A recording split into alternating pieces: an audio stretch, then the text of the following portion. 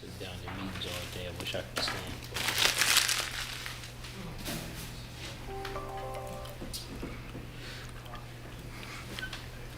Okay. Shall we get started? Yes, sir. All right. The January 17th, 2023 Charlottesville City Council meeting will come to order. And if we're supposed to be doing, there we go. Now we got the camera on. Ms. Thomas, will you call the roll? Councilor Payne, Here. Councilor Pinkston, Here. Mayor Snook, Here. Vice Mayor Wade. Here. All right. So is there a motion to approve or to amend the agenda? As I mentioned, am unclear about the McGuffey being on the consent agenda in terms of the change with the, whether they're going to buy services from us, from the city to, for lawn mowing and Snow raking removal. and snow removal. So I guess I would look to. You want to take that off consent and put it on? Sure, yeah. I don't think it'll be a complicated thing to address, but I think there was a change. Well, as I recall, what we had decided to do was put it on the consent agenda in the hope that things were going to get worked out. Do you know, Mr. City Manager, whether that's been worked out? Pulling it from the consent agenda would be a good thing. Okay. It allows us further discussion. All right. Okay. So we'll pull that from the consent agenda, and we'll put that at the end,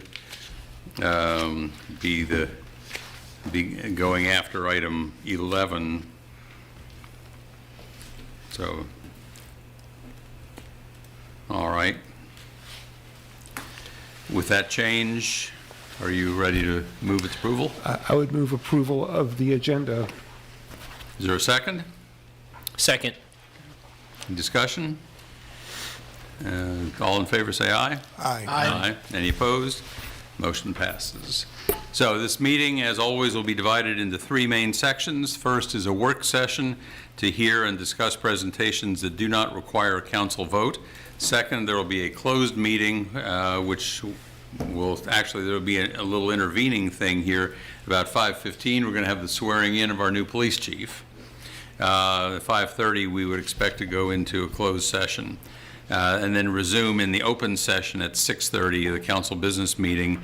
That will be available in council chambers for up to 23 pre-registered attendees and media. Others are available to join electronically by Zoom. So we have two presentations on our 4 o'clock agenda here. First one is from the Central Virginia Regional Housing Partnership. And Ian Baxter is listed, but I see some other very suspicious-looking characters with him. Ian will get his shot here. So good afternoon, Mayor Snook, Vice Mayor Wade, Councilors Pinkston and Payne, Mr. City Manager Rogers. My name's Ned Galloway. I am a member of the Albemarle County Board of Supervisors. I'm the current chair of the Thomas Jefferson Planning District Commission. It's my pleasure to be here today in my role as the chair of the Regional Housing Partnership. I'm joined by my colleague, Mr. Keith Smith, past chair and current vice chair of the Regional Housing Partnership. He represents the Fluvanna County on the Thomas Jefferson Planning District Commission, and our TJPDC staffing extraordinaire, Mr. Ian Baxter, who leads the efforts at for the Regional Housing Partnership.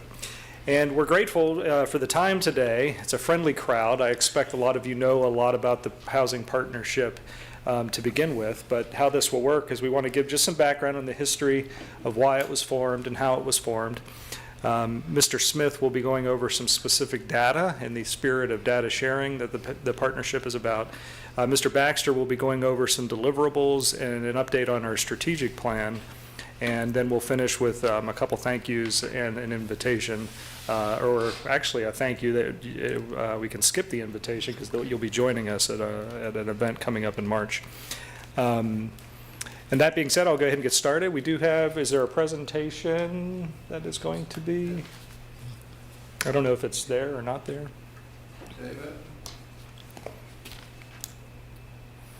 Or where I should be looking on the screen. We sort of wonder the same thing sometimes. David, is there a presentation that we're supposed to have? Mayor Snook, I do not currently have one, so I can try and get one real fast. I think it's in the packet. If you just have go, handouts there, I think we can Yeah. do this. I think Is it'll it be the same one that's in our packet? I would think so. the important, or the data slides in the packet. So as we get to slides 3, 4, 5, when Mr. Smith comes up, those will be the ones you probably want to have in front of you. All right. The rest are more kind of overview type thing. So, when we talk about how was the partnership created, I think that you want to talk about a debt of gratitude to Mr. Smith. It took Keith. It took a lot of basically his hard effort and focus to pull it together. It was his brainchild. He's been a longtime member of the Thomas Jefferson Planning District Commission, and obviously started talking to folks and getting support and gathering effort and energies together, and ultimately got it in front of the TJPDC to vote to form the partnership, and then started talking to individuals about who would be involved. And then going out and talking to those. It's not just public sector and the local jurisdictions that are membership to TJPDC, but also those in the private sector, the nonprofit sector, and then folks in the community as well, the public. So without Mr. Smith's effort, this partnership would not exist, and I think we're all grateful that he had the vision to do so and the energy to pull it together. Really, the why behind the partnership was created was we all know that we have housing affordability issues, and it's not just specific to any one jurisdiction that's in the commission or the TJPDC represented bodies. It is a regional issue, and while regional solutions may vary depending on if you're rural or urban, or even in an urban ring like what surrounds Charlottesville and Albemarle, the truth is that we should work together in the 6 different jurisdictions to try to figure out perhaps our solutions within our boundaries might vary, but the information sharing, the data collection, and the effort should be shared to help us all solve the problem. So the regional brainstorming and the regional problem solving is what literally will happen a lot of times at a regional housing partnership meeting.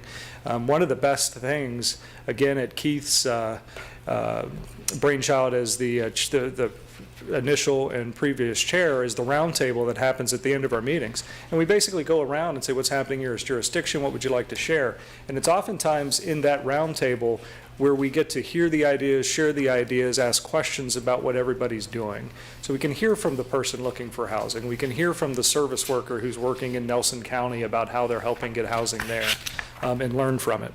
The regional analysis and data sharing, that, we're here as a resource. When Ian talks about some of the deliverables, the why was about we should be able to come together with information from our individual jurisdictions and share that with one another and see what we can learn from it. The beauty of the regional approach, however, is that each jurisdiction can maintain their own jurisdictional priorities and approaches. So you think of the Regional Housing Partnership as a living toolbox, if you will. If you need a place to bounce ideas off or to discuss or to pull data from, that's what you would come to the partnership for. Now, Mayor Snook's a member of that body. The bigger body meets quarterly. The executive committee meets monthly, and it is really the steering committee, if you would, of the whole partnership. But both meetings are ran in a very similar format. But to maintain that jurisdictional priority, we all have different politics, right? We all have different communities. We all have different types of housing that need to happen across the 6 jurisdictions.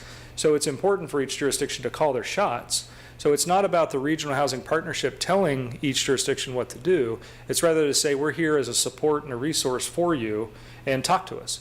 Let us help work through your issues, your housing policies. Let's see what we can share and bring to the table for you to consider as you take your votes and figure out your vision. The second page gives you some background on who, in fact, are the members. You can see that it was critical at the beginning that the 4 pillars for a healthy housing system is what drove who would be membership on the body. So again, I mentioned it earlier, we have the public sector, the nonprofits, the private sector, and then who we serve, which is our public seeking the housing. And all of you, there obviously are electeds here, there are members of the public. It's wonderful having the nonprofits and the for-profits in there, sharing their different perspectives and approaches. And I would like to officially thank the City of Charlottesville for your ongoing contribution directly to the Regional Housing Partnership.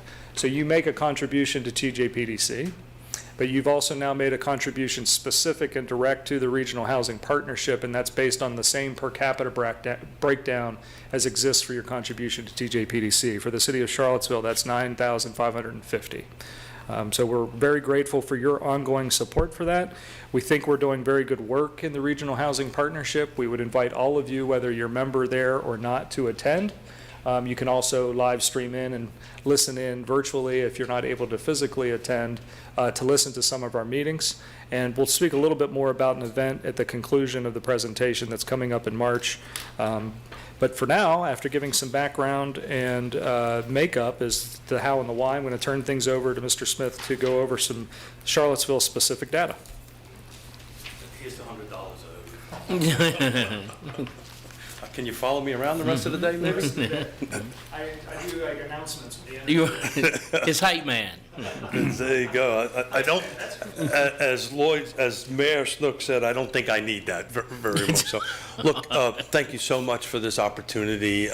Everybody at that dais knows what we're trying to do, and I think gets it. Part of what I hope to do today is to go through a couple of high-level set of numbers, which is in your slide, but ultimately to take the time to go ahead and do some Q&A, right? We spent a lot of time, and this is a great opportunity to spend some time to communicate. I do want to jump in a little bit to share the love back to Ned.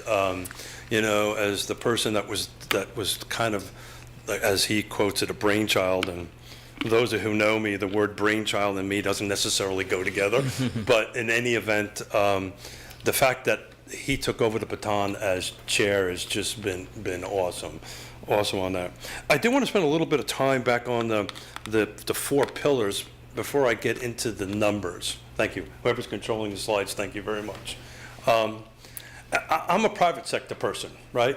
And it was part of the brainchild, or part of the thought process in helping put this together. I was finding that the public sector, the nonprofit sector, and the private sector, they just really weren't communicating well. They were speaking the same thing, but in different languages. So what I thought was, if we put everybody under the same roof, at the same table, we can start having some open dialogue and some sort of transparency. And I think a little bit later, Ian will jump in, and if not, have some of it now, talk about some of the huge successes that we've had since we've been created the Regional Housing Partnership in the middle of COVID, no less. So I don't want to bore everybody with data. I got stuck with the data part of this conversation. Maybe it has something to do with my profession. But if everybody, if you can go to the slide, it's called slide 1, but it's the Seville, Charlottesville City. I tend to work in acronyms, so SFD stands for single family detached, YOY stands for year over year. And what I wanted to do in this particular slide, it goes back to 2017, is it's a good visual representation of really the struggle that we're having right now. These are the number of single-family detached. It excludes new construction. Frankly, we don't have that much in the city of Charlottesville to really skew the data. But typically, I always deduct out new construction because it kind of screws the data up a little bit on it. But if we take a look at that slide, this is volume. So these are the number of actual transactions. And you can see 2021 was the banner year. 2022, we're about 42 units under, or equates to 11%. And as we start going down, 2021 was 22% over 20, and then we start looking at some of these decreases all the way down. But what I wanted to take away about the need for this, if we go to the next slide, if you wouldn't mind, please. So this is the price. So if you kind of put 2 slides side by side, the inventory is kind of going down, but the prices are going up, and these are huge jumps. These are 11% year over year jumps. 2021 was 22% over 20. The rest of them were somewhere in the normal single-digit percentages.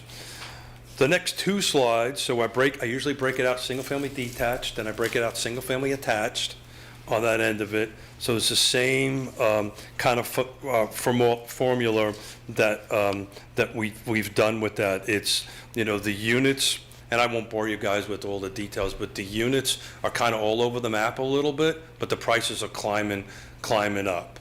And I did run some quick data this morning, actually 5 minutes before I came in, because I suspect somebody's going to ask the question, what's on the market as we speak? So again, if I go over these numbers too quickly, please jump out and lay out questions. But single-family detached, this is what's currently available in Fluvanna County, excuse me, oh boy, that's tomorrow. And the city of Charlottesville is 28 homes, 30 are currently under pending. So it's basically a 1-to-1 ratio. As one comes in, one goes off. But the median sales price, would anybody want to take a guess at what the median sales price for single-family detached in the city of Charlottesville is right now? It's got a 5 in front of 550. it. Sorry? I don't have them 550. 537, close enough. Wow. Wow. Right? Least value, the lowest number that you can buy is on the market right now is $210,000, but about 3 listings down, it jumps to $350,000. So most know that I also chair the land trust, and I know a little bit about what the sales price needs to be to hit the 60 to 80% AMI.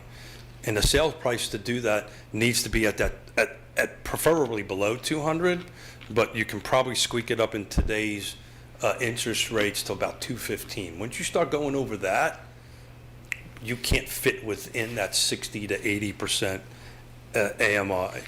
Single-family detached, actives. This number, frankly, before I walked over here, shocked the heck out of me. Right now, single-family, so these are townhomes. There's only 3 homes available for sale in the city of Charlottesville that meet townhomes. The median sales price is $295,000. You've got 2 $295s and 1 $444,000. There's 1 in pending, so the ratio is a little bit better as far as what's active versus selling. That is running through the system at $415,000. We won't really know what the real sales price is until it closes. I know I'm preaching to the choir, but housing affordability is super important. This is what the Regional Housing Partnership is all about. This is all about the 4 pillars getting together and trying to unite to solve this problem through open communication, and communication is key on that. I hope we've been successful, as far as getting information out. We're going to get better at it. We've got some new fresh data committee, which yours truly chairs, that will kind of get out more information like this for everybody to digest. But to follow up on Ned's lead, guys, we could not do this without you and without your support, and I'm personally super appreciative of it. I'm going to let Ian come in and talk a little bit about what he wants to talk about, and are you going to tackle this? Okay, great. Thanks. Thank you. So if you could, hey council, thanks for having us. Would you mind skipping to the last slide for me? One more after that. Yeah, so I wanted to speak briefly just about our strategic planning process that we just finished up, that I know Mayor Snook and Councilor Payne are very familiar with, but kind of to build on what Ned and Keith have been talking about, we really envision the housing partnership as this clearinghouse for regional collaboration and data. And so when you're thinking specifically about the outcomes of the strategic plan, I think they all sort of meet those 2 needs. And we essentially we're going to have deliverables that essentially focus on this idea of abundant access to tools, models, and resources for members of our 4 pillars, so members of governing boards across the region, housing nonprofit service providers and developers, as well as private developers and members of the public. And I won't go through the whole thing, but essentially we're really looking over the next 3 years to create a toolkit of affordable housing policies, models, some kind of case studies that can tell you what to do or what not to do, a list of resources of affordable housing funding that are available for different types of private and nonprofit developers. One thing we're really excited about is a regional housing dashboard with kind of what Keith has been doing manually to have this done a little bit more automatically and regularly so that folks can access it directly on our website. And then finally, this feasibility study for a regional land bank. So this is something that we'll hope to engage Virginia Housing on in a grant application to hire a consultant to look into that regionally. The next thing is so that's sort of the data side of it. The next is this idea of collaboration and networking. So right now we have a very exciting event that I know most of you all are registered for. It's going to be occurring on March 24th at the Charlottesville Omni, and it's entitled Coming Back Home. It's kind of the sequel to the first housing summit that was staged in 2019, which was kind of the genesis of the housing partnership. We're going to have 9 breakout sessions with a lot of really interesting topics and speakers from not only around the region, but across the state, and even some folks coming down from DC. And that'll be happening all day on March 24th from 8 to 4. And it'll be really exciting. And we hope to see all of you there because we've essentially designed that space to be really useful, not only for local elected officials, planning commissioners, city and county staff, but also members of the public and other types of housing stakeholders. Because I think we really realize that you guys are ultimately the ones making decisions on perhaps a rezoning or funding allocation for affordable housing, but there are really a variety of stakeholders that need to be engaged. And I think that's pretty much all I got. Oh, yes. And I just want to highlight some of the funding that we've been able to leverage for the city of Charlottesville. So this is a part of the Virginia Eviction Reduction Pilot Program that's housed at Piedmont Housing Alliance. The Regional Housing Partnership and the Affordable Housing team at the TJPDC helped sort of shepherd that through, and we were able to help over 116 households last year with eviction prevention resources, including direct assistance and case management, as well as in 2020 and 2021 as a part of the RMRP Rent and Mortgage Relief Program that was managed by the TJPDC. Over $280,000 was distributed by United Way to City of Charlottesville residents. So we're really focusing on and using this affordable housing programming and partnership to leverage resources and real dollars to come into not only the city, but the planning district at large. So we're really, of course, appreciative of your support, and Keith and Ned would be happy to answer any questions you have. Okay, thank you. Any questions? I really appreciated the presentation, and I love this statement on one of your earliest slides, vision, a 100% alignment of supply and demand of housing opportunities throughout the region so that every resident can find access to safe, decent, and affordable housing in communities of their choice. I think that really encapsulates what we're all trying to do. Do we have any sort of sense of how far off we are? And this is not like trying to pin anyone down. This is just thinking out loud. Do we have any sense at all of, that vision? Is it something that we ever sort of see? Is it kind of receding on the horizon, or are we getting closer to it, or any thoughts about that? My gut reaction, or my immediate reaction, is we're way off from succeeding. We are making, while we have small successes, they are small.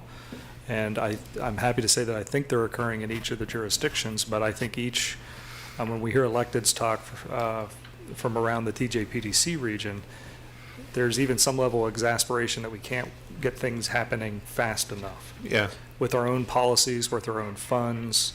We received a report there back in the fall. Dave Norris and Matthew Murphy came, and we electeds like to think that we're very knowledgeable of and understand this stuff, right? And he hit us with folks that are earning $20 to $22 an hour can't afford rent in our area. Yeah, sure. $20 to $22 an hour. I think we still think, and sometimes our mindset, that we're talking about folks earning $12 an hour and $14 an hour. What are they doing if folks that are earning $20 to $22 an hour? So having that level of appreciation says, man, the hill is steep of what we're trying to climb. And it's certainly, that's part of the regional, at least we're trying to do this together and not just all do our little thing in our little corners. Keith may want to add to that. So my goal is to have the regional housing partnership not needed anymore, right? So we've got a long way before that happens, but my goal would be at some point that it's physically, we've solved the problem and it does not need to be there any longer. And back on to Ned's point, I was actually talking to Matthew before we came into this meeting, and I wanted to know what the average percentage of what rent, and particularly folks are spending on their rent, and it's over 50%. Right, so the rule of thumb is your rent should be, or your mortgage, your housing cost should be about a third, and for the most part they're either at or below 50%, depending on who you're talking to on that. So we've got a long way to go, and just a ton of work. Do we know if? Yeah, thank you. Does the RHP and TJPDC do y'all, or do we have access to like economists that we could reach out to and really sort of quantify, what would it look like to have adequate supply in this region? Theoretically, I guess as supply goes up, costs go down. But in Charlottesville, it feels like no matter what you do, we're going to, because of the draw of the university and because of the fact that it's such a great place to live, it's, I guess the word I'm looking for here, it's not fungible. It's very difficult to sort of say, well, if we increased supply by, 10%, we'd see a 10% reduction. And it feels like if we did that, we'd still be at basically the same price. The medium house or the turnover that you showed on one of your slides. I don't know. I'm just sort of thinking out loud and wondering if, if there would be some value in having an outside economist or like a consultant, maybe you already have, that could speak to those kinds of, call it academic sorts of perspectives. So I think I go back to our grateful appreciation of your ongoing financial support of the Regional Housing Partnership. This is the first, prior to this, the funding was being done through the TJPDC and what the regular contribution to the TJPDC is. So this is the first time we've come out now saying, well, for us to continue to be a body, we're going to need a little more than what we just get through the TJPDC. Right. And we're not at that point where we could afford to be able to go out and purchase that. But we're also a very strong grant recipient. Yeah. So we're coming right now, we're focused on the strategic plan and moving forward. Our own data committee, that's the design around, well, what does that mean and how can we get some of the information in, I think speaks to what you're talking about. Yeah. The other committee that we formed out of the strategic planning process was the communications committee. The consultant that did do the work through a grant went out to the community, and a lot of the people they talked to didn't even really know the Regional Housing Partnership existed. Sure. Now, we're still a pretty young organization. But when the strategic plan is saying moving forward, you have to have a command of the data and you have to have command of communications to get that out there, but it's also about bringing it in, as you say. Yeah. So I think that's on our horizon, but it's definitely going to take the ongoing support of everybody that pitches in, if you would, to allow us to afford those things. In the meantime, we'll continue to go after grants as we can to try to get that. Probably our best, in addition to our resident housing expert and economist, we had a presentation this past December with Delegate Hudson, who is not a slouch when it comes to being an economist herself. Mm-hmm. So the Regional Housing Partnership, it's nice to have access to folks like that come in and share, right, volunteering their time to share share what they know. Just to jump in on that, officially, no, we do not have one on board, and that's a great path forward. That's something we're going to be looking at the data committee, which I'm chairing. But I personally, through what I do for a living, have access to all the economists, the National Association of Realtors, the Virginia Realtors, the Bright, if anybody knows what that is a national MLS system on that stuff. So I have access to that data and actually converse with their chief economists on a one-to-one basis and take a lot of that. Trust me, this isn't any Mike brilliance. This is just taking that information and putting it together. And as far as a local market, I've been here for 35 years, so I kind of understand the pace on that. It's exactly the reason why I wanted to talk about what was available today at this moment. Yeah. And what was pending on that and what the price point is. Yeah, my wife and I had actually considered moving within the city, just kids leaving the house and wanting to sort of have more room for the dogs and so forth. And we have a really small backyard. Anyway, so we were really looking. We were going to do. We even got a storage unit to keep all our stuff. But it just was like it was almost impossible to figure out how to do it. And we have the means to do those things. If you didn't, it would be really, really hard. Can I ask when you bought? I'm sorry? What year did you buy? Well, we bought originally 2014. Got it. But again, we were going to move, but decided not to because it just was too big of a hassle, and you weren't going to be sure what you were going to. Because what you just highlighted, the inventory is so low. So inventory is going to get worse because the people that just to think about this, the folks that have bought in the last 2 to 3 years are not selling. Right. Because they're at 2%, they're at 3%, they're just not going to sell. Sure. So that is putting even greater pressure on inventory, which to your point, as inventory has greater pressure, we're a world-class city, people are going to come here. That rate, economist 101, supply and demand, and that's what's causing that. And I think I've been talking a little too long. Yeah, so I hope you weren't waiting for some good news there. Mayor warned me of that when I walked in, by the way. Yeah. Well, at least I get to stay in the same neighborhood. There you go. Same neighborhood.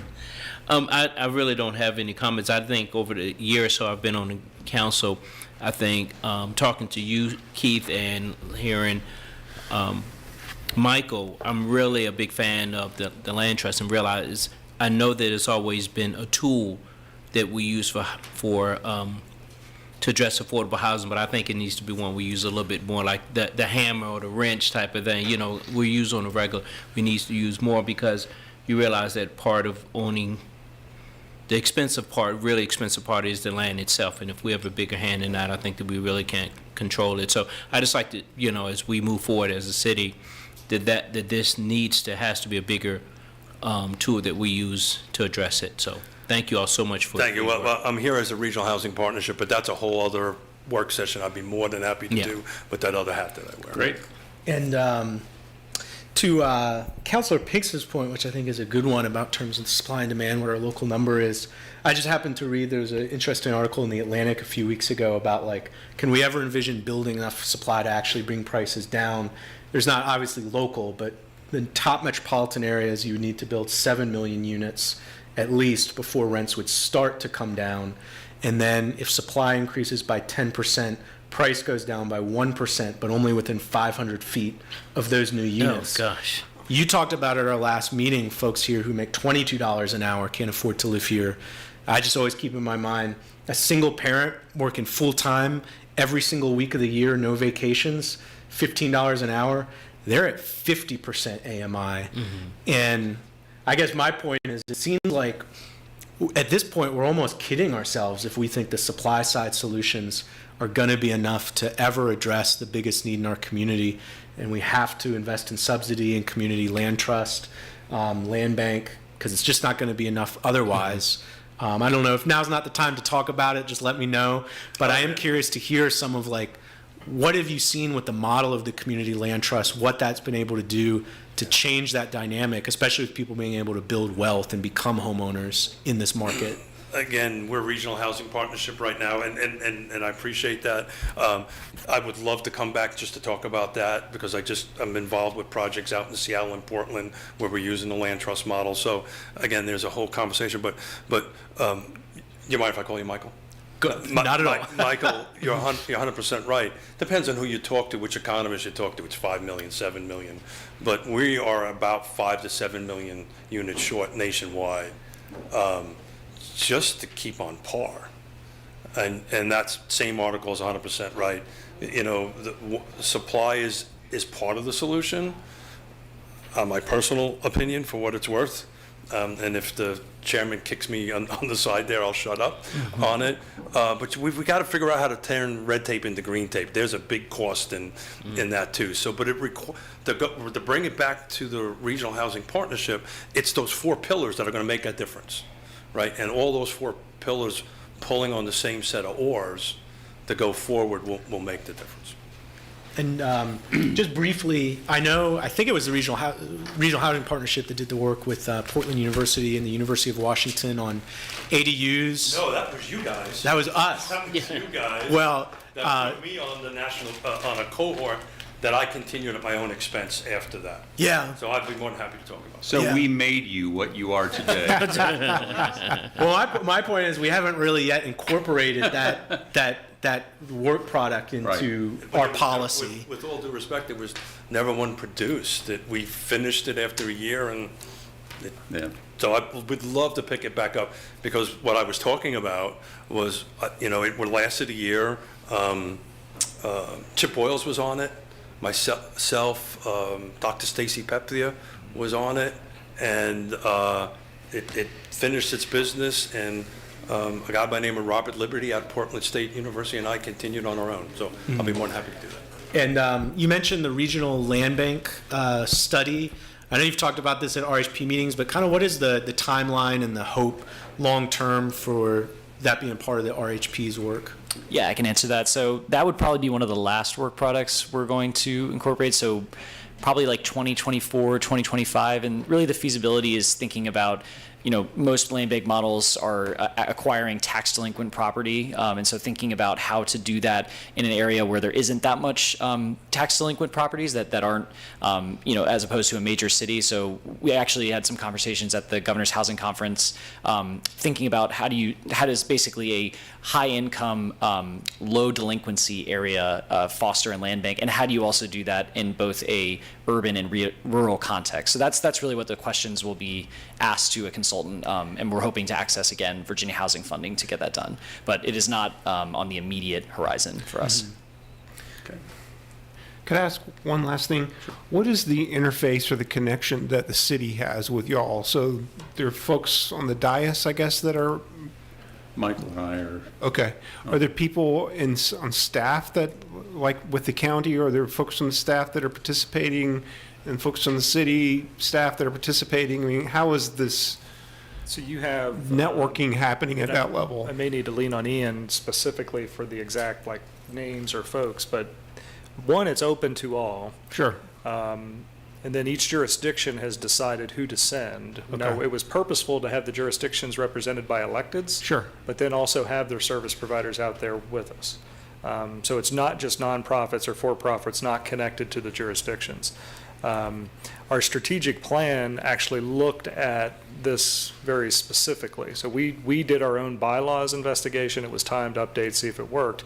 But we're waiting on grant or to hear if we'll be successful in getting a grant that helps the part of our strategic plan that says who's your membership, does it consist of the right folks, do you have the right people in the room and at the table, and what should the swirl be, and having Yeah. them on the executive committee and whatnot.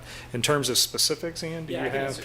In terms of City of Charlottesville, so obviously our Mayor Snook and Councilor Payne represent the city, but we also invite city staff and CRHA staff to each Okay. of the membership. Good. Yeah, and FAR is also represented on the partnership as Okay. well. Great. So it Because we depends have on. our own, like later tonight, we're going to approve people for the CAF and the HAC and all of these things. And Right. Yes, that's correct.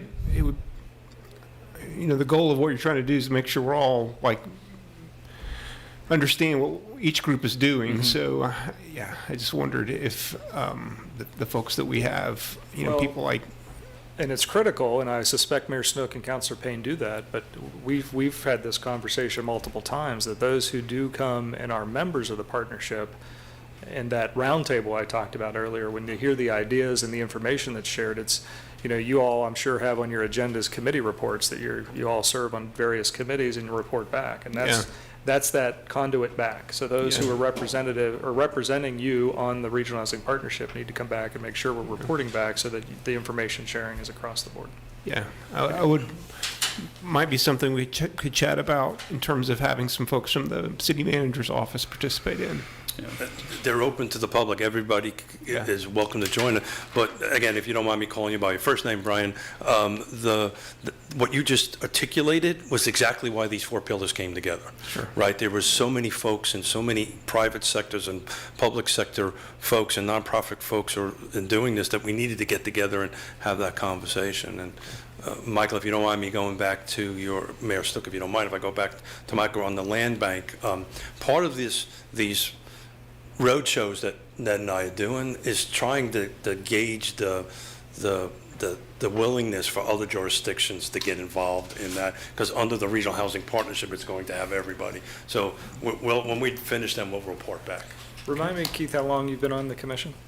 How many years you've been a commissioner? They're trying to kick me off, but I won't let So them. it's been 12 years. 12 years. So in 12 years, it was just 3 months ago that at the Thomas Jefferson Planning District Commission, after a presentation that Ian gave about the Regional Housing Partnership, Keith said in 12 years he's never heard as long and a robust conversation about housing. Michael was there for that.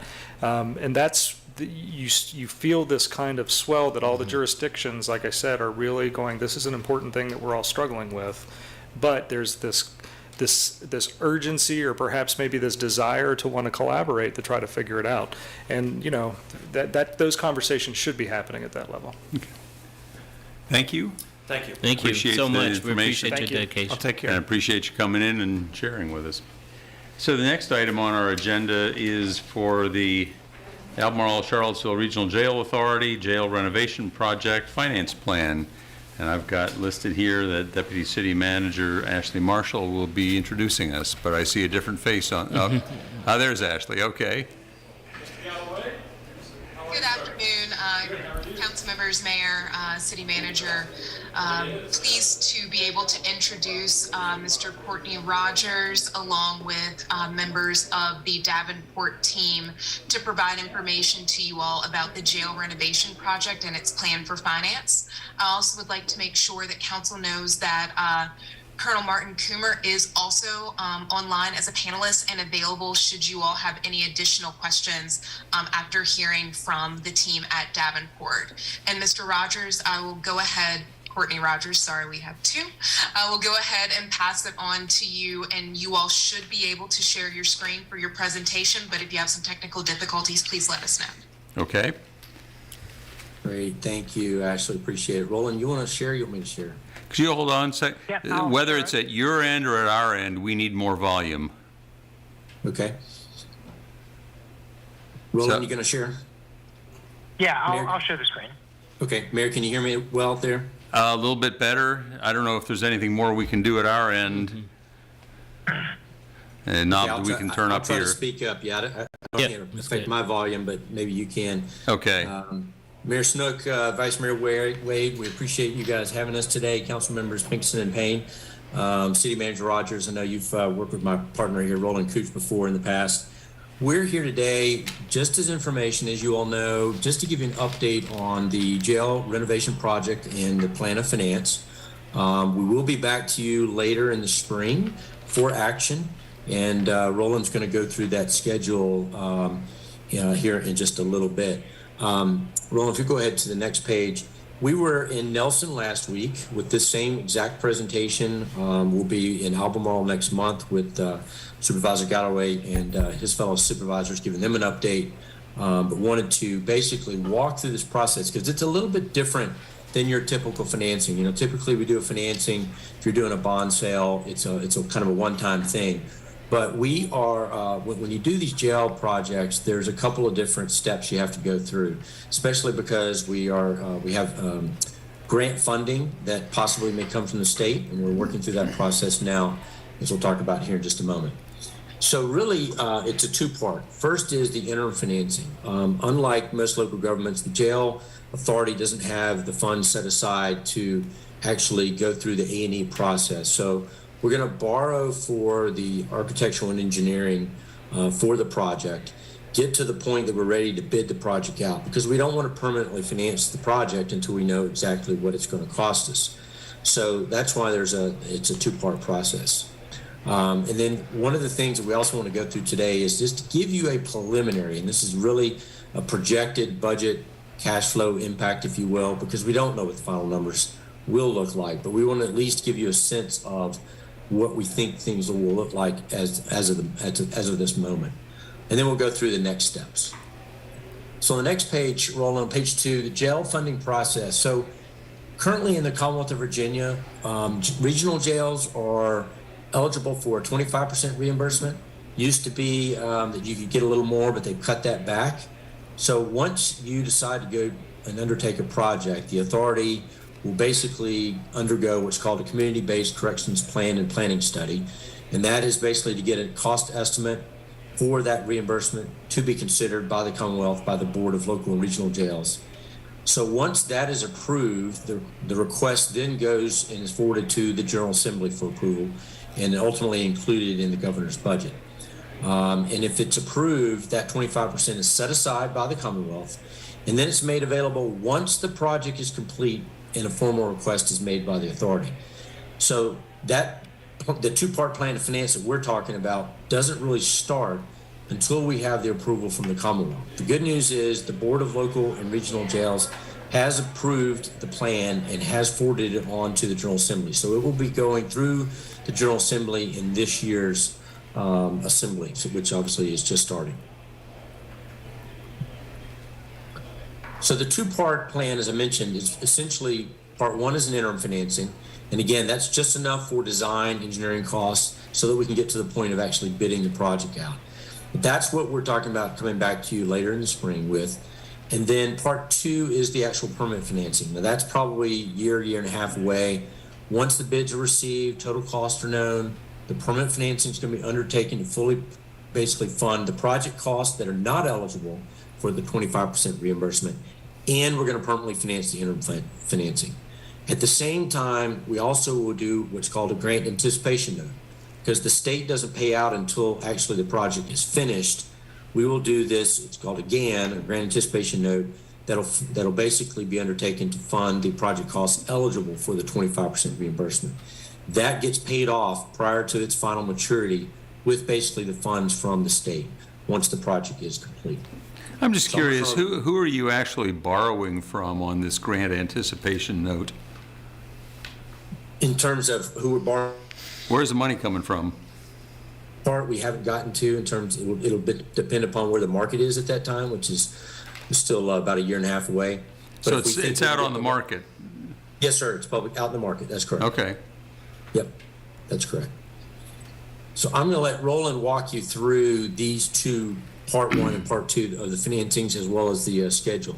So, Roland? Okay. Thank you, Courtney. And I think what I'd like to do here is just walk you through the key assumptions on the regional jail renovation project that lead into what we call the part one and the part two of the plan of finance here. What underlies basically the entire overall plan of finance is the project assumption of about $49 million as provided by Mosley Architects. For purposes of this analysis herein, we've assumed about $48 million of that is eligible for the 25% reimbursement. Not all of the entire project costs are eligible, but we've assumed about almost all of them are eligible for that 25% reimbursement. That equates to about a $12 million reimbursement of project costs. In addition to the analysis that you'll see in here is we've assumed that the local jurisdiction, each member will contribute based on a percentage of use of the facility, and that's based upon the revised or amended service agreement that was recently undertaken. The analysis herein allocates the projected payments on the new debt service based on inmate days, the actual usage of the jail per that amended agreement. And the projection right now that you'll see in here is based on the FY 2023 estimates as follows, and what you can see down below in that table. For the city of Charlottesville, that represents about 41.3% of both of the debt service as well as the operating costs. Part one of the interim financing, as you'll note, we had an estimate of the project cost in the $49 million range. Part one of the interim financing is really intended to provide an amount that would fund pre-development costs. That is the architectural, engineering, and other related costs in order to prepare the authority for bidding the project. And upon bidding the project, the authority will know the exact construction and development costs to be financed at that time. So really, this part one is the interim financing that we're talking about here, and we'll go on the schedule, through the schedule on the next page or so. But really, it's estimated to be about $5 million. We're assuming about a 4% interest rate and an approximate 18-month term of that note. Again, this note or this interim financing note would be fully then repaid and incorporated into the permanent financing, which is part two, which is intended to occur on or about the summer of 2024. So with respect to the timetable for part one, we stand here today at about the January timeframe through March. With respect to the financial briefings, again, no action is needed at this point in time, but we will be available to provide follow-up information as needed or attend follow-up presentations as needed. What then would occur is after we get a, pardon me? No, go ahead. I'm sorry, I thought I heard a question. Okay. Nope. What would then occur along this time frame is that in early April, on about early April, we would distribute an RFP or a request for proposals for the interim financing to a variety of national, local, and regional lending institutions. In that month of April, we would anticipate getting responses back on behalf of the authority.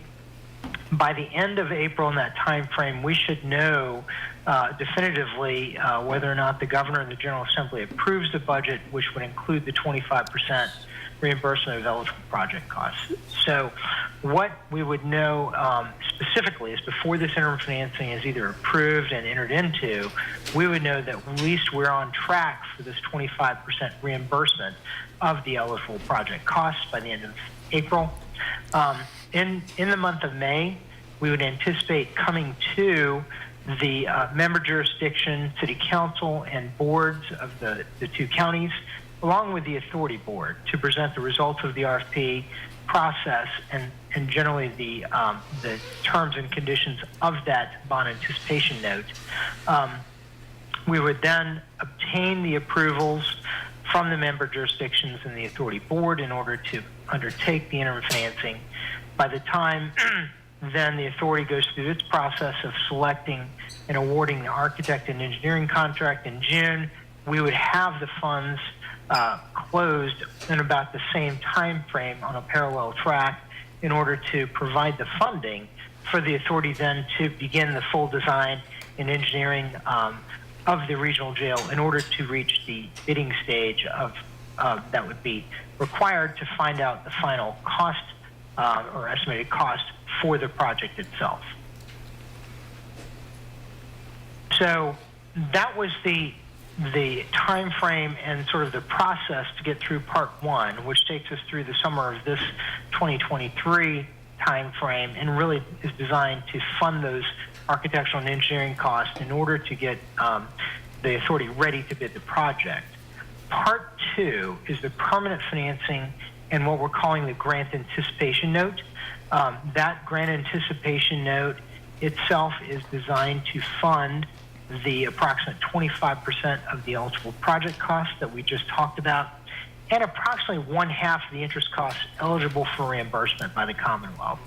The Commonwealth does allow a little bit of reimbursement based on the construction and the actual interest costs incurred in addition to those eligible project costs. In addition to the grant anticipation note, the permanent bonds, this is the amount that would be outstanding and not being repaid from the Commonwealth grants. This amount would be funding the project costs and permanently finance the 2023 bond anticipation note. So essentially, at the end of the day, after you go through this process, we should have we should be in a position where we would know how much is being reimbursed from the Commonwealth.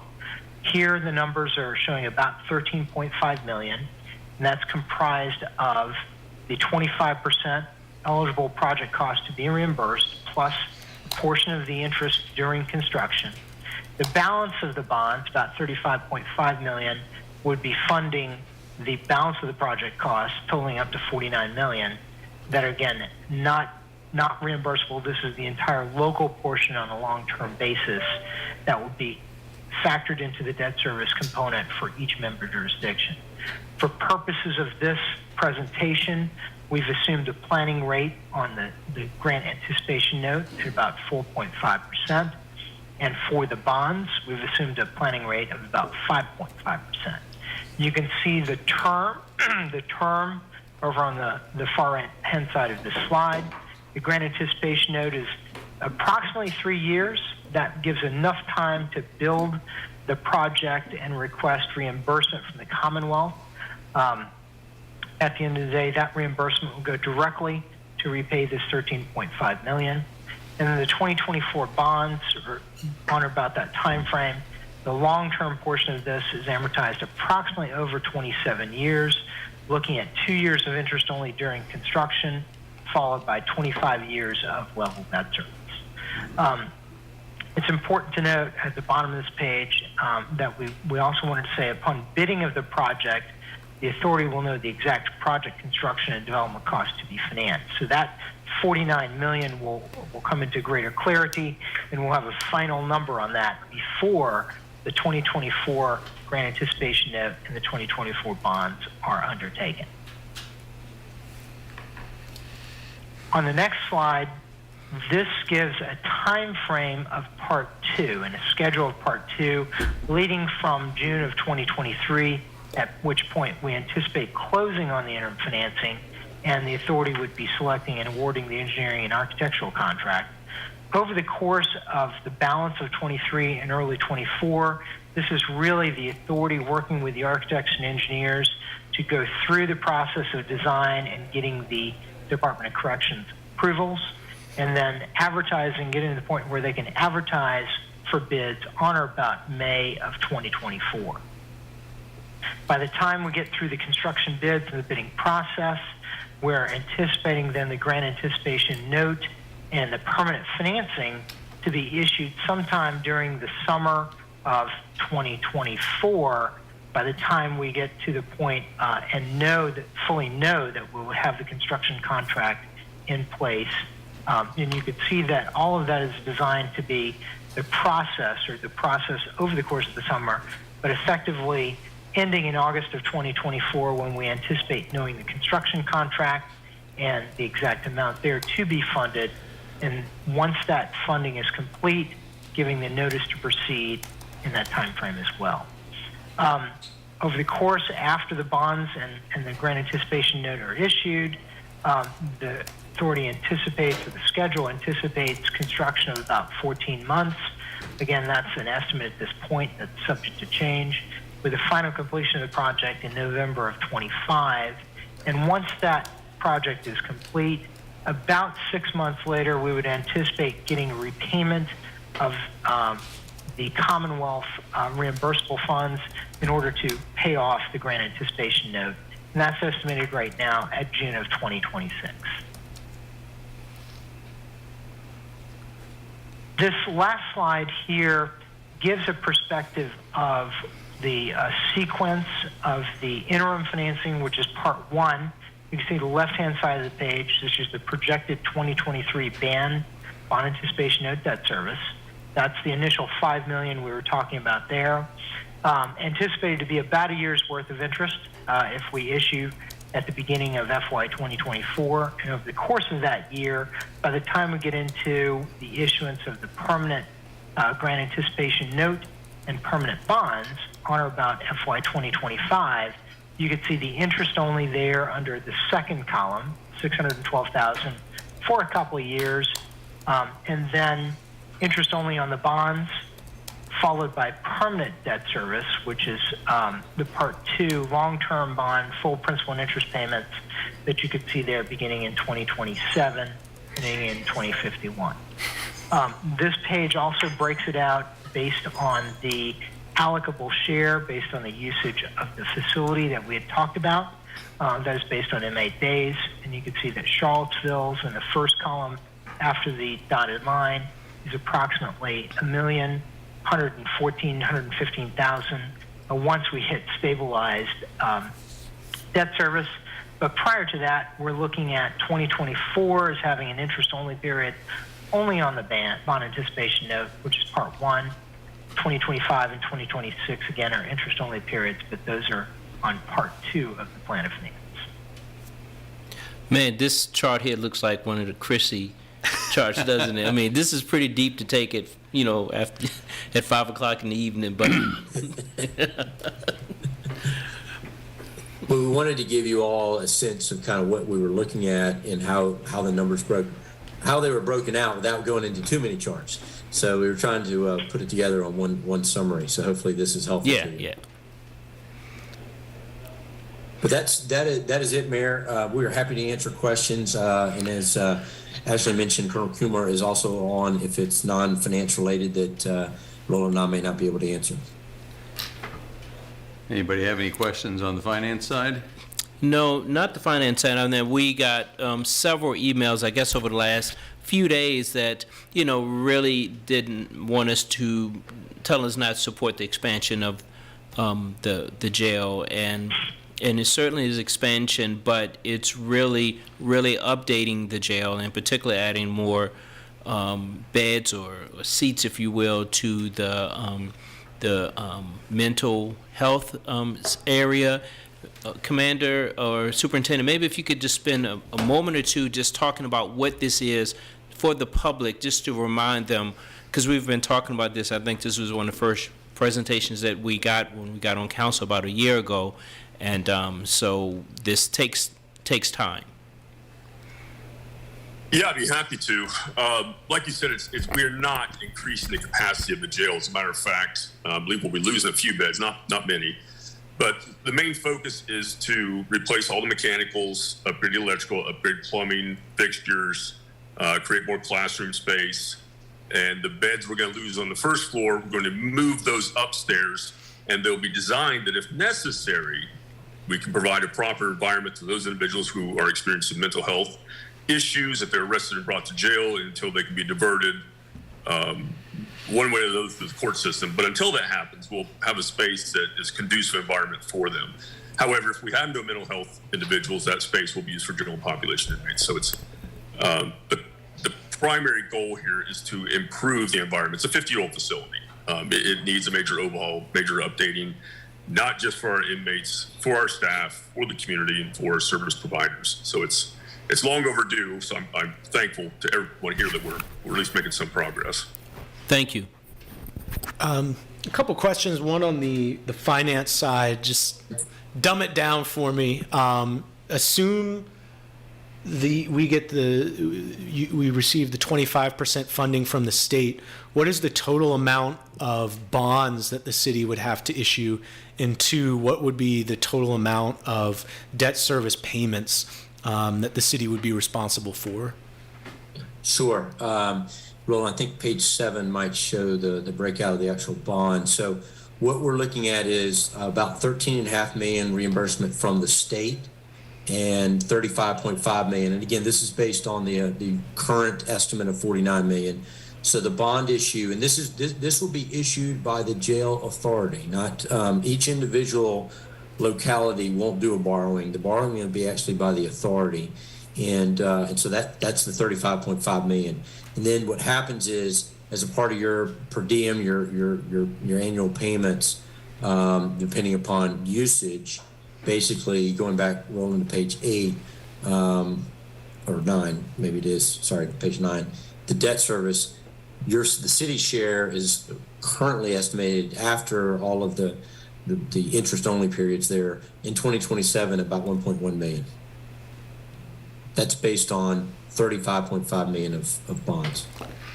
So in other words, the increase of cost to the city, assuming state funding, would be a little north of $1 million under the current cost assumptions?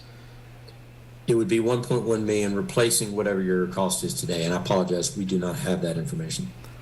And a question on timeline, as the Vice Mayor mentioned, we've gotten a number of emails. There's a lot of interest in this project.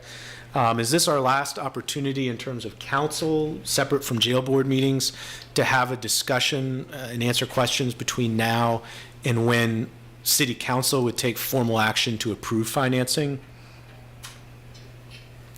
And this is the last time that we've been asked to address you until May, but that's not to say we couldn't come back before you. We're happy to do so if there are questions on the financing side. Yeah, and it's not germane to the financing, but in talking to folks who've emailed, it seems like the number one thing people are concerned about is the mental health beds component of it, along with the overall project cost, and a question of could the cost be lowered, or are there efficiencies anywhere. But I'll just zero in today on the mental health bed question, just because so many people have emailed it.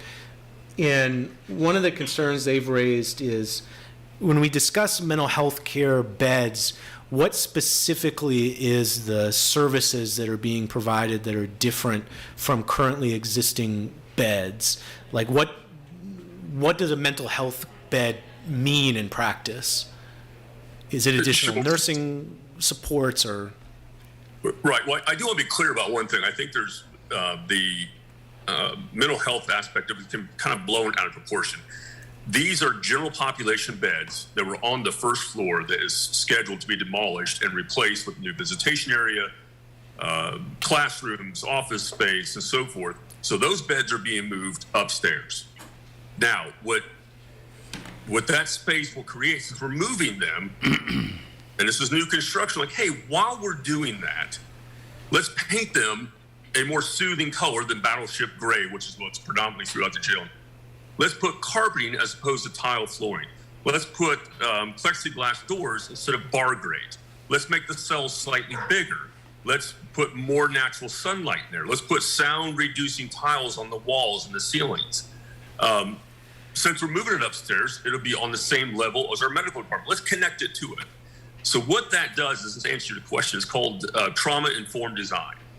So it creates an environment that if I have one mentally ill person or 20 who happen to be in jail, and there's nothing I can do about that, but while they're in jail, I have a space that is a healthier environment than what the rest of the jail is, to put someone who might be experiencing a mental health crisis, or until we get them stabilized, or until we get them diverted.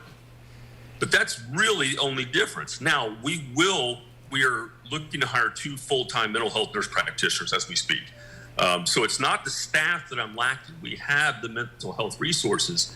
It's just currently when someone comes in, they're experiencing a mental health crisis or need to be stabilized because they've been off their medication for quite some time, I don't have a place to put that person.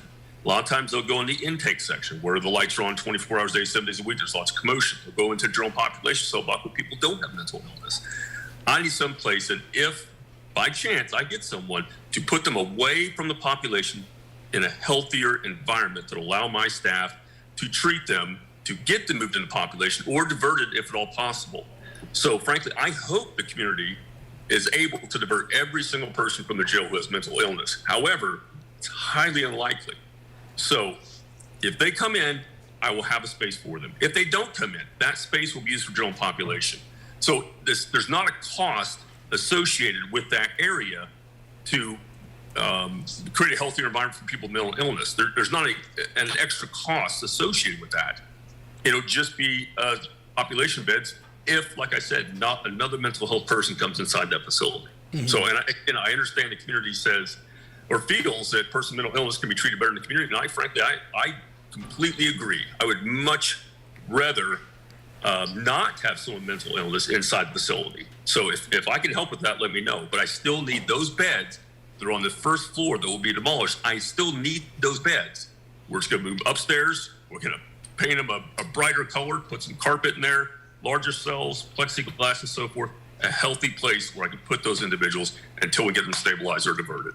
So, And I know we've got just like 5 more minutes, so I'll probably have to just email you follow-up questions, because I just want to get voice to the questions that I've received from community members. And in talking with them, it seems like most people who've been critical are even okay with the renovation, but they've zeroed in on the concern about mental health care beds, not even just because of cost, but a question of what is the actual service being provided in those beds, and does it end up being more detrimental because of the number of hours people spend in that bed? I don't know all the details there, but I mean, for example, how are you defining who is put in a mental health care bed? Are they there like 23 hours a day? Do they have access to like group recreation and other things like that? Because the concern I've heard is basically that they would function almost too much like solitary confinement cells in terms of it's a nice physical environment, but the separation from other people could be detrimental in its own way. That's a whole lot that I know is not totally answerable in 5 minutes, but that is the biggest concern I've heard from community members. Well, I'd be happy to. And honestly, for the last quarter century I've been there, we have had no choice but to place those individuals, for the most part, either in smaller units with fewer individuals, or sometimes, if they're a threat to themselves or other inmates or staff, in solitary confinement. However, we only place people in solitary confinement when absolutely necessary and all other options have been exhausted. And only when those individuals are a threat to themselves, a threat to other inmates, or a threat to staff. And only for as long as that's needed. The vast majority of people who will come into the jail, who may be housed in this area, will not be subjected to solitary confinement at all. They will be locked down at nighttime like all other inmates in the jail, but at daytime they would have access to the general population area, get out and walk around the day area and so forth, and have access to recreation and all those things. Those things increase a person's mental health. They improve their mental health. Access to sunlight, access to recreation, access to other people. So we want to encourage that in this environment. Again, we only use solitary confinement for the protection of an individual, another inmate, staff, and only as long as necessary, and only as a last resort. Mm-hmm.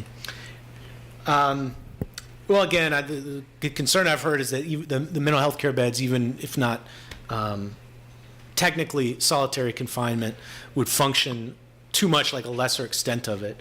And I don't know, quite frankly, I don't know all the details to know how much of that criticism is accurate, what the situation is. So I know we're almost out of time, but I will follow up with you on email to get into the weeds on this. Other counselors have questions. I don't want to take up their time as well, just because we're crunched for time tonight. Anybody else have any questions? We have about 2 minutes. Well, thank you all.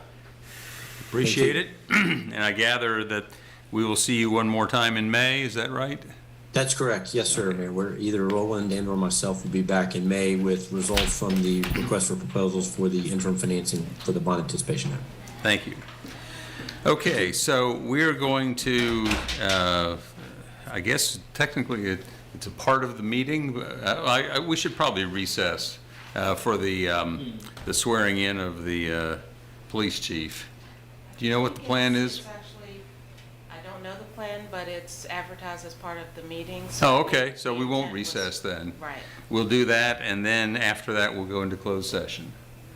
And do you know what the drill is, where we're supposed to be? And No. okay. I wasn't included on that. So I think Mr. Rogers just went outside to gather everyone. Okay.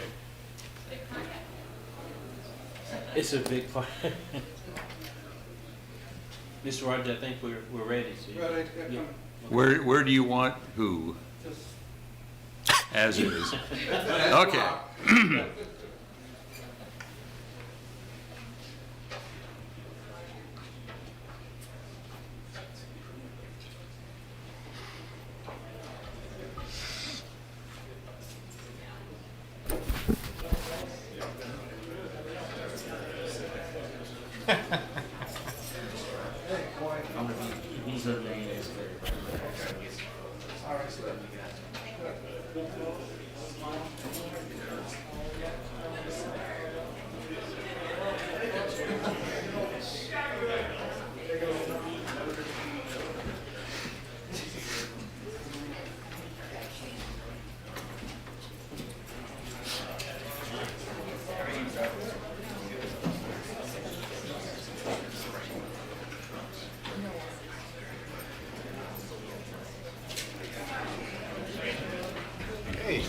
Thank you for your service, brother.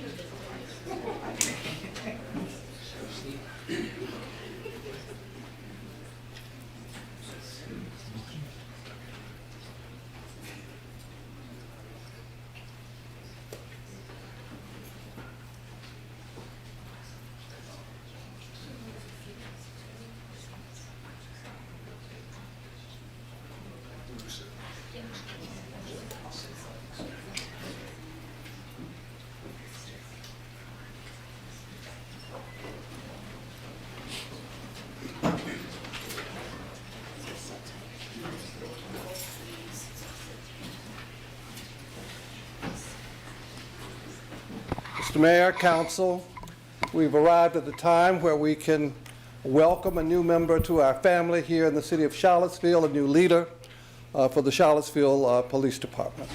I want to welcome all of you, those who are in the department, those who are guests, to witness this momentous occasion as we welcome a new leader.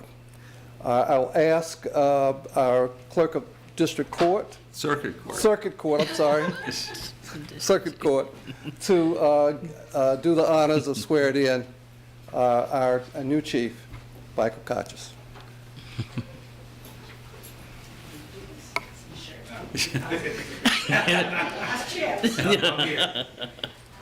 Please raise your right hand and repeat after me. I, please state your name, I, Michael Kachas, do solemnly swear or affirm do solemnly swear or affirm that I will support the Constitution of the United States that I will support the Constitution of the United States and the Constitution of the Commonwealth of Virginia, and the Constitution of the Commonwealth of Virginia, and that I will faithfully and I will faithfully and impartially and impartially discharge and perform discharge and perform all the duties incumbent upon me all the duties incumbent upon me as the Chief of Police for the City of Charlottesville, as the Chief of Police of the City of Charlottesville, according to the best of my ability, according to the best of my ability, so help me God. so help me God. Thank you.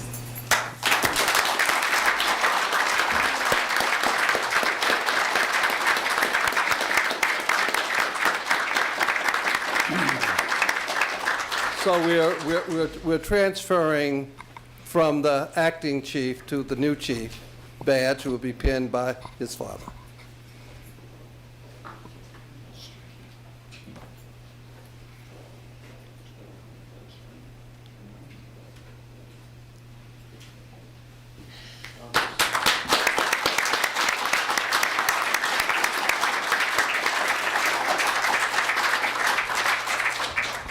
And the new chief is pinning Major Durrett.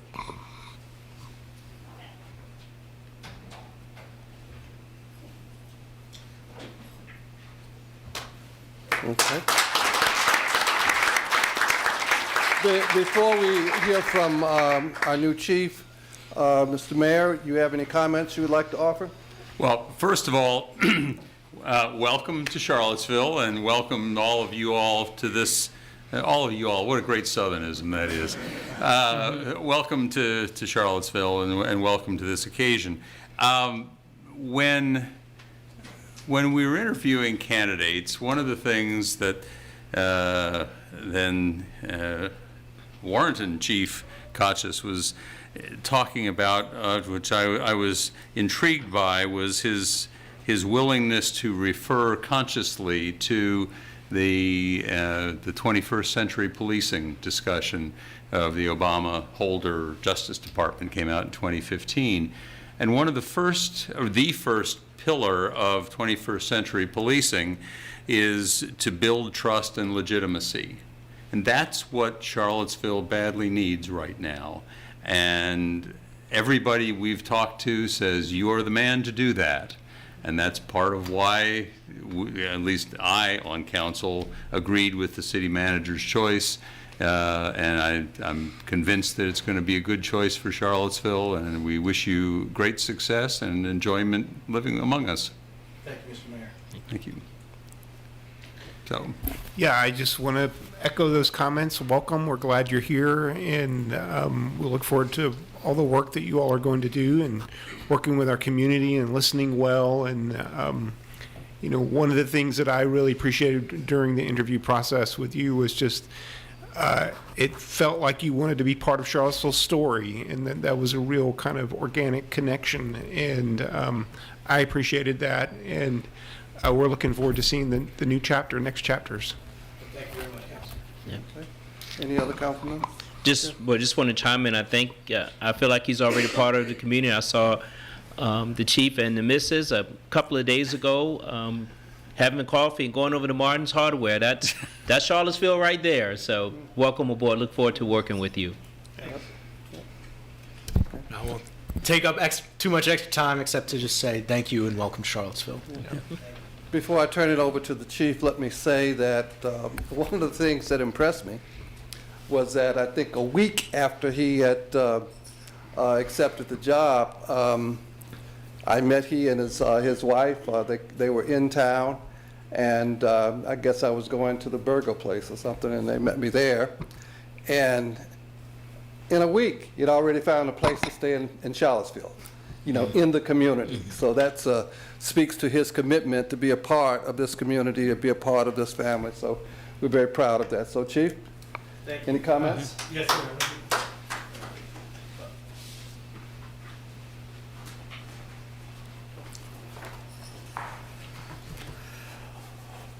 Well, first of all, thank you to everybody, and Mr. Mayor, councilors, city manager, deputy city managers. I realize that each of you have had an important role in the selection of your next chief of police for the city of Charlottesville. I just want to say thank you to each of you for not only conducting a very thoughtful process, but for also being very welcoming through my transition. I also want to take a moment to thank Interim Chief Tito Durrett. Where's Tito? There you are. Tito, you've brought stability, steady leadership during a very difficult time, and I thank you for that. I also want to thank you and your wife for welcoming Andrea and I over the last few weeks during this transition. It means a lot, and I really look forward to working side by side with you as we bring our agency forward. There's also a few special guests here today that I want to acknowledge. First and foremost, my father, Paul Kochis. He flew in from New Jersey yesterday. So if you hear the used guys stuff, it's a few of us. I also want to thank and acknowledge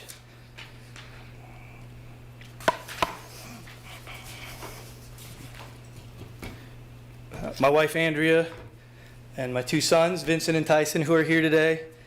I just want to thank you for continuing to put up with a career that it could take a toll on us. So thank you. I also want to acknowledge a few of my friends here today, and I had some written down, but more showed up than I actually thought. So that's great. They took the ride. So first of all, I want to acknowledge a good friend of mine and mentor, and one of my former leaders, still is a leader, Alexandria Police Chief Don Hayes. Thank you for being here today, Don. A good friend and a mentor. And those who have been chiefs know chief world is pretty small, and we have to lean on each other often. So I thank you for your mentorship and your friendship. Alexandria Commonwealth's Attorney Brian Porter's here, a very good friend of mine. Thank you, Brian, for coming down here, and he knows I'll be bothering him regularly as well. And then former Alexandria prosecutor and fellow Charlottesville city resident, Elliot Casey. Great to see you, and we live pretty close to each other now, so that's right. I want to thank current chief of Warrenton Police Department, Tim Carter. Thank you for being here. And Warrenton's mayor, Carter Neville. Thank you for being here, sir. I appreciate it. And I know I'm gonna miss some folks. Gary Dillon, I think, is in here, former officer from Charlottesville. Great to see you. So thank you. Since it was announced that I was selected to become the next chief, I've been consistently asked, what is my day one priority? My answer has consistently been, I need to learn, and I need to listen, and to get an idea of what this community and what our officers expect of their chief of police. But I think there's a few things that could be safe saying that need to be our priorities and need to be things we need to focus on.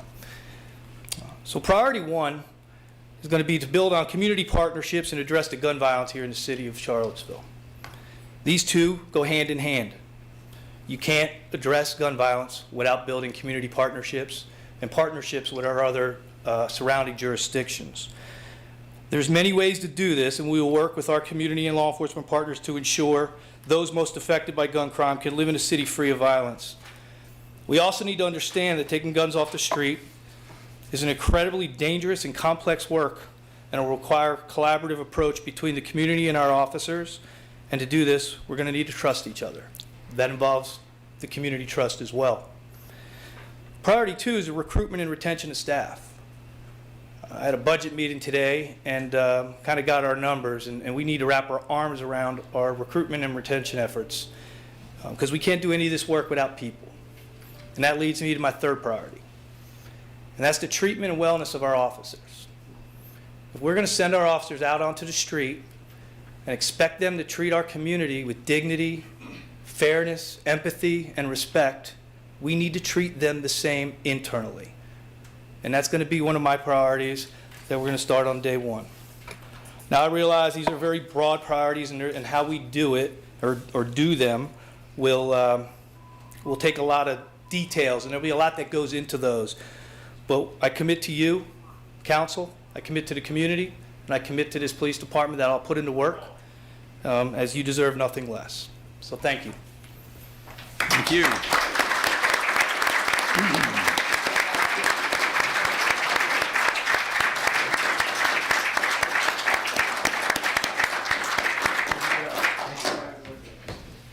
And let me just add, the sixth pillar of 21st century policing is officer wellness and safety. And so it's important to us that our officers feel that sense of wellness and safety, but it's also important to us on council that you feel valued, that you keep your own mental health intact, and that this place can drive folks crazy, and hopefully it doesn't drive you too crazy. Yeah. Yep. Thank you so much. Mr. Mayor, tomorrow we tried our best to get it for today, but it just didn't work out. There's a reception welcoming the chief in city space from 4 to 6. And for those who are out of town, come on back down the road again tomorrow if you like. You know, we appreciate you being here. So I just wanted to make you aware of that. So thank you all for being here. It's good to see all of you. It's good to see this room full. Yeah. You know, it's the first time in 3 years. So Yeah. thank you. Time to get rid of those blue covers, it sounds like. Yeah. Mm-hmm. Eventually. Okay, so one little bit of a bit of business, and then we can all clear out, is that we need to go into closed session. Yeah. So I'll make that motion. Pursuant to Section 2.2-3712 of the Virginia Code, I hereby move that City Council close this open meeting and convene in a closed session as authorized by Virginia Code Section 2.2-3711A1 for the discussion and consideration of appointing members to the following Charlottesville boards, commissions, and committees: Police Civilian Oversight Board, Charlottesville Housing Advisory Committee, and Charlottesville Affordable Housing Fund Committee. Is there a second on the motion? Second. Okay, all in favor say aye. Aye. Aye. Any opposed? Okay, motion carries. We are now in closed session. We will be back at 6:30. The rest of you all don't have to come back at 6:30.